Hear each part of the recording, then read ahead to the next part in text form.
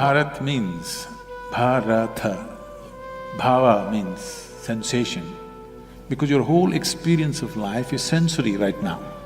What you see, what you hear, what you smell, what you taste, what you touch are different types of sensations. Bha means sensation, out of which comes emotion. Right. Ra means raga or the tune. The tune is not yours, the existence has already set the tune. Now you have to just find the rhythm, which is the thala. If you find the right rhythm, you are a fantastic human being. If you miss the rhythm, you're crushed by the process of life. So we called this nation Bharata. Did we make a mistake then in converting our name from Bharat through India?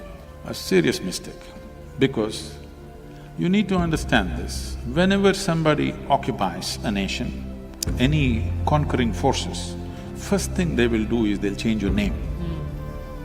This is the technology of dominance. This is the technology of enslaving. If you look at the African-American history, when African people were brought in, the first thing is at the port, their names were changed. That's what has been done to us.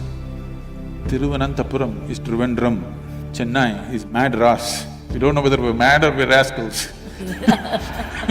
Like this, India, what does it mean? It doesn't mean anything. So if I give you a meaningless name, you will become a meaningless, stupid person in front of me because I have a meaningful name, I have a tradition, I have a culture, you have nothing. So in that context, we have become India. The concept of a nation must sink into everybody's mind. Yes. Because nation is just an idea. When this idea burns through your mind and sinks into your heart and your passion is risen towards that, then you have a real nation. Otherwise, nation is just in the paper.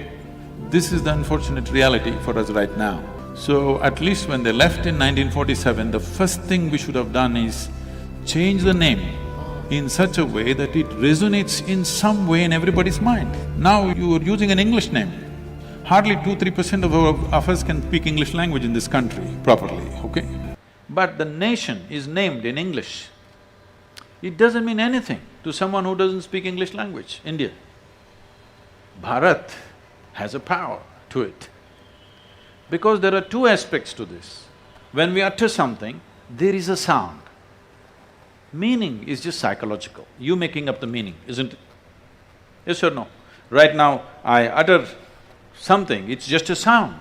If you did not know the language, this is just a sound. Meaning is just made up in your mind. Meaning is secondary. The significance is in the sound. You utter Bharat and see what reverberation it has in you. You say India and see what reverberation it has in you. Say this, take this as your chant for 2 days. One day you just say India, India, India. Another day you say Bharat, Bharat, Bharat. Just see what it does to your system. Then you decide. This was done with a very close observation, a deep understanding of the science of sound and form. When I say the science of sound and form, every sound has a form attached to it. If you feed any sound into an oscilloscope, it gives us a particular pattern which is a form. So every sound has a form in it. Every form has a sound in it. So what kind of sounds have the maximum impact on the human system? This we call them as mantras. Bharat is a mantra. Bharatam is even better, but up north they won't accept it, you have to chop it in the end. Bharat is powerful. I think this is one thing I would like to request the present Prime Minister. We must rename this country in a way it reverberates in everybody's hearts.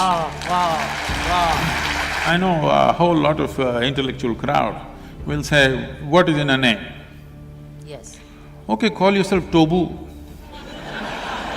I'm not against anything. All I'm saying is, whatever we utter is only a sound. The meaning is only a psychological thing, a social thing. The sound is existential and it has a power. Bharat has power. This power has to reverberate through everybody's hearts in this country.